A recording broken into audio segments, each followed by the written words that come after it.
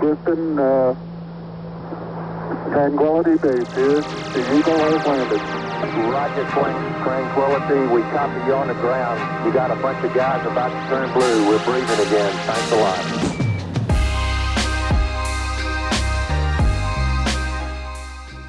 So I know what you might be thinking. $450 on a keyboard? So listen, I haven't been consistently uploading, been disappearing consistently on the platform, and now I'm building a keyboard. I don't know what this channel is anymore, but what I can tell you is I like doing tech videos, and I think we're gonna start doing them again. Starting off with this keyboard, because I kind of fell into the entire keyboard madness going on Reddit and on YouTube. And today we're gonna talk about the process I went into as a first-time buyer and keyboard noob, and how the community has been absolutely incredible in introducing me to this complicated and frustrating hobby. So before I got into the entire keyboard world, I was assured by many people that Gaming keyboards and your standard Keychron keyboard are some of the best keyboards you can get compared to your standard office keyboards or membrane keyboards. However, I seem to be very, very wrong when it comes to the keyboard cultist community. Now, let's get a little bit deeper into what I mean by this. So I thought, what's so special about a custom mechanical keyboard? I stumbled across a couple videos and eventually ended up on this one.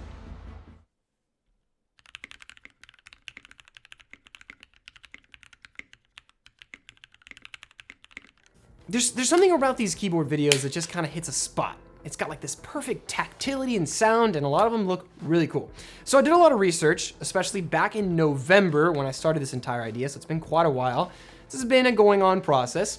Now, I realized that this hobby was filled with incredibly long wait times and ridiculously overpriced manufactured plastic. But I instantly fell in love with it. And I was also informed by the keyboard community that $450 is not even the highest range of the spectrum when it comes to building these keyboards, but there is a plethora of options when it comes to budget custom mechanical keyboards. And after looking at the plethora of options that are available in the market today, I decided to take a look at the GMMK Pro for my first starter board. This isn't a sponsored video. I went ahead and ordered this back in November and built this keyboard a couple months ago, but I wanted to talk about the experience in today's video.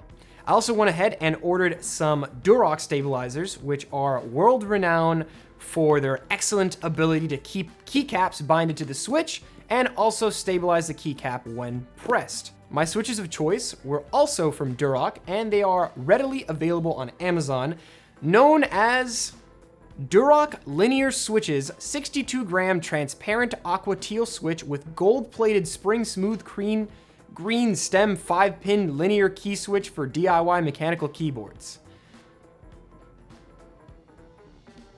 Okay. I also happened to choose clear housing for the switches because RGB.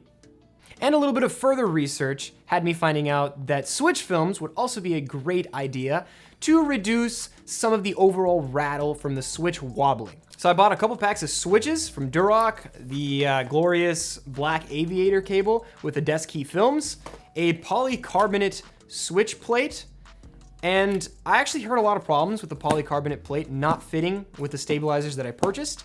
So without sanding it or jerry-rigging it, it doesn't fit that great, but with a little bit of elbow grease and a little bit more force than I would have wanted to put into the board for it to close, it did fit and it works pretty good now. But let's get into the entire process of waiting.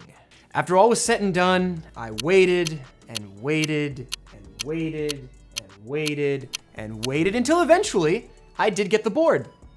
After about 5 months, I did finally receive the keyboard, and I also forgot to mention I purchased a set of black and gray PBT keycaps, which also didn't happen to be super expensive. But the grand total of this build was around 400-ish to 450 bucks. It wasn't cheap, but hey, listen, I wanted to get into this for not the most expensive board, but something that was apparently supposed to be a pretty good starter board. So jumped into it, went on, and now we can talk about the building experience, which is supposed to be the fun part. First thing I did was obviously unbox everything, starting with the GMMK Pro, which came in a surprisingly heavy box after being delayed because of some docking congestion at the arrival port.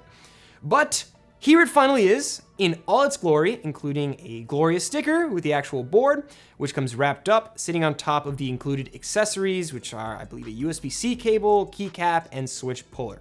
I chose the black slate variation for this board, which weighs in at about 3.5 pounds and feels very sturdily built and fairly well machined, considering the price it's being offered at. It honestly should be. The board is fairly minimal with branding other than the excessively large, glorious branding on the back. Moving on to the additional accessories I chose to add in, I picked up the coiled aviator cable in black, an additional silver rotary knob, and as I mentioned before, a polycarbonate plate. That offers a bit more flexibility in the typing experience compared to the aluminum and brass offerings. I mainly chose to pick up the polycarbonate because of the compatibility issues with the Durox stabilizers on the brass and aluminum plates. The rotary knob is made from aluminum with like a plastic insert inside, and it gives you the option to switch up the stock rotary knob if you ever want to switch up the theme of the build. While the cable was coming in at $50, it's actually a pretty good deal when comparing it to some of the more expensive options on the market. The switches I picked up were the Durox Creamy Green linears, which were kind of a hybrid, in my opinion, between the NK Creams and the Gateron Ink Blacks. And they fit in a bracket for me between a really nice typing experience and work great for gaming as well. I had never built a custom keyboard before, so I decided picking up an acrylic lube station was not a bad idea, and removing the protective layer on the station went perfectly. I also bought a switch opener, which is basically required when you want to open switches without destroying your fingers. I bought the bundle that came with everything on Amazon, and it came with all the necessities I needed while being high enough quality that it wasn't complete junk. And the final thing I bought for the build was some Krytox 205 Grade 0, which everyone in this community seems to love and say it's like the holy grail of lube, so gotta lube up the board. So the first thing we're gonna do is crack open these bad boys using our switch opener and aligning the tabs on the switch with the tabs on the opener. Pressing down a little bit with a miraculous pop, the switch housing will open and expose the complex anatomy of the mechanical switch. From there, we can place the bottom housing and stem into the lubricating station and proceed to the lube process. Seriously, if you're a noob like me, don't use too much lubricant on your brush. I tried to keep the recommended half a switch pin amount on my brush and started by brushing the rails on the side, just enough to have a thin shine and keep everything nice and smooth. I also lube the switch leaf where the stem makes contact. After that, I can start lubing the stem sliders, which I applied a nice thin layer on each side, making sure I don't see any excess on any slide and spreading it out evenly. Brushing the stem legs and stem pole with what's left on the brush. Now, once the bottom housing and the stem are done, I can go ahead and lube both ends of the spring and spread the rest throughout the middle, just to remove any possible ping. Placing that spring back and placing the stem onto the spring. From there, I can take the top housing and place the switch film so that the tabs hold it in place, aligning it all and pressing it down to seal the lubed and filmed switch. So I'm gonna be fully honest here. A lot of people do enjoy the process of lubricating the switches and adding films and doing all of these steps to perfect the switch. I kind of found it to be a somewhat hellish process. It took many hours, and if you don't have a lot of patience, I don't necessarily think you're gonna enjoy doing this process. It's very tedious, but if you throw on a podcast or some music, or even get your mom to help you out with this, I think you've reached another level of nerdiness. Even when trying to max out efficiency and having 2 people lubing switches, yes, my mom is that cool, it still took, 6 hours, about 82 switches, and after everything was done, we could go ahead and assemble the board. The 2 things I need to do to this board are swap the stabilizers and the aluminum plate for the polycarbonate plate. So I first removed all the Phillips exterior screws that hold the board together, pop the rotary knob off and open the front of the case. Here I can lift up the plate and the board while unplugging the connector. So I unscrewed all the screws that held the PCB to the aluminum plate, and now we can work on getting the stock GOAT stabilizers off and the Durox stabs installed. For lubing the stabilizers, I also used Krytox 205 Grade 0 and began with a small amount on the housings, just adding a bit to both sides and spreading it out evenly. I was careful not to add too much and just enough to have a thin layer on the sides so that the stabilizer stem can easily slide without excess friction. Lubing the stabilizer wire is also important to ensure that the wire doesn't rattle inside of the housing, so I applied enough lubricant to fully encase the ends and corner so that the wire can still move around, but it's not drenched and sluggish. I assembled the stabilizers back together, inserted the wire into the side with the 2 holes, then turned the stabilizer and popped the wire into place. I ended up adding a little bit more lubricant to the corners of the stabs that needed a tad more, and then screwed them all into the PCB. After all the Durox stabs were lubed and installed, I went ahead and took the polycarbonate plate and placed it on top of the PCB, where I began to pop these switches into the board. I had to mess with the plate a bit to get the Durox stabs to fit, and can almost guarantee you that if you have the aluminum or brass plate, it would not fit without needing to sand the stabilizers. Apparently Glorious has released version 2 of the GMMK Pro kit that doesn't have the problem with the plates. I still have version 1, so I couldn't tell you how that fits exactly. Since this board supports hot swap, I didn't have to solder any switches and just basically slot them in onto the board. And moving on to keycaps, which is my favorite part of the process. I've had a keyboard, a white keyboard, for a long time now, and I wanted to switch it up with more of a dark mode. So I went with these cherry black gentleman keycaps.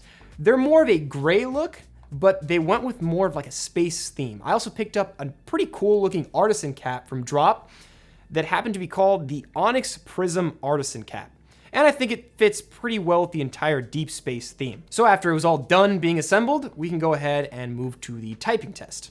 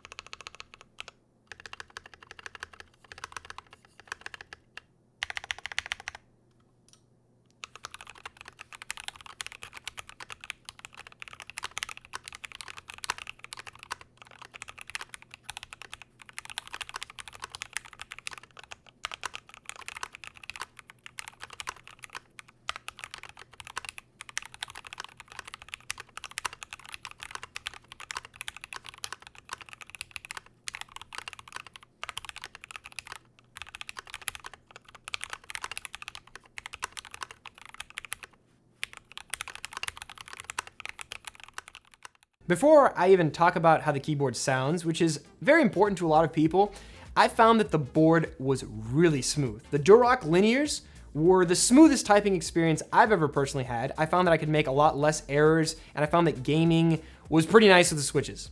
They're on the upper end side of pricing, but I feel like they were totally worth it. Now here's a couple other things I'd like to discuss when it comes to the board. The gasket mount system, which is apparently supposed to seal everything in and make the sound different. I feel that Glorious's gasket mount system right now doesn't really do anything. I feel like it doesn't really affect the typing experience, and it doesn't really make a drastic difference in sound. Also, the polycarbonate plate paired with those Durox stabilizers, keep in mind this is revision 1, they have said to fix this, absolutely does not fit on this board. Even the polycarbonate one, which is supposed to be a lot more flexible and form-fitting compared to the aluminum and brass board, literally bends like a C on that PCB. I was afraid that board was gonna snap at one point. However, once I set it all together, it doesn't seem to have any problems, and I've been typing on this keyboard for several weeks now without any issues. All the switches do seem to have their contact pins without a problem, and the circuit has not broken. Also, Glorious Core is the software that you're going to be using to tune the RGB and the macros on this keyboard. Right now, macros can't be layered, and sometimes the software can be all over the place. So it's definitely still not as refined as some of the other keyboard softwares. The GMMK Pro is a great kit, even when considering all the downsides. It's not perfect, but it's on the right track. A Gen 2 version of this keyboard could iron out a lot of those problems, but overall, from my first time building noob perspective, I think it was pretty simple to build, and I didn't run into massive problems with it. And how can I finish this video without talking about the wrist rest? So I found this wrist rest years ago on Reddit, and I've always been kind of infatuated with it. So I tracked down the artist who hand makes caps and wrist rests and ordered what he calls the Eagle Has Landed wrist rest. I waited a little over a month to get it, and it looks ridiculous in person. And it kind of went with the entire space theme, or that dark mode that I was going for, so 2 and 2 came together. I'll have everything I used for this build listed in the description down below in case you find yourself wanting to jump into the crazy custom mechanical keyboard rabbit hole. At first, I honestly thought this entire process and the pricing behind everything was insane. And while I do think a lot of GMK keycap sets and a lot of things in this thing are ridiculously overpriced, I do think the entire process was absolutely worth it. Some of these keyboard builds can get really expensive, but the overall typing, gaming, and customizability experience with this hobby is awesome. And that's to say that there are tons of starter boards that you can build that do not break the bank or destroy your wallet, while being miles ahead of some of the gaming keyboards out there. So if you guys enjoyed this style of video and you guys would like to see more, please let me know. I would absolutely love to learn more about the hobby and make fun videos down the road. So I will see you guys in the next one. Leave a like if you like the video, sub if you want to see more stuff, and I'll be floating down in the comments down below. Thanks for watching, guys. See you in the next one.